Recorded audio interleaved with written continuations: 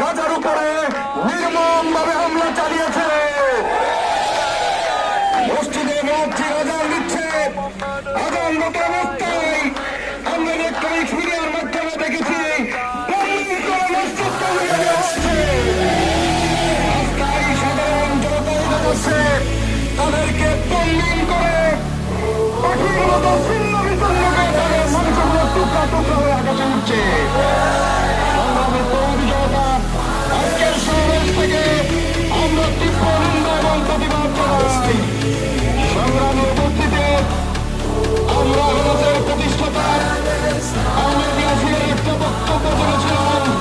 তিনি বলেছিলেন ইসরায়েলি সম্ভবত গাজাকে দখল করেছে আমরা ছোটবেলায় মনে করতাম, This is a wake-up call. কিন্তু যখন আমরা বড় Never হয়েছি again, never again, আমরা never দেখেছি again for all. তারা গাজাকে To all দখল my করে people in নাই। Gaza, গাজা you know মুক্ত we live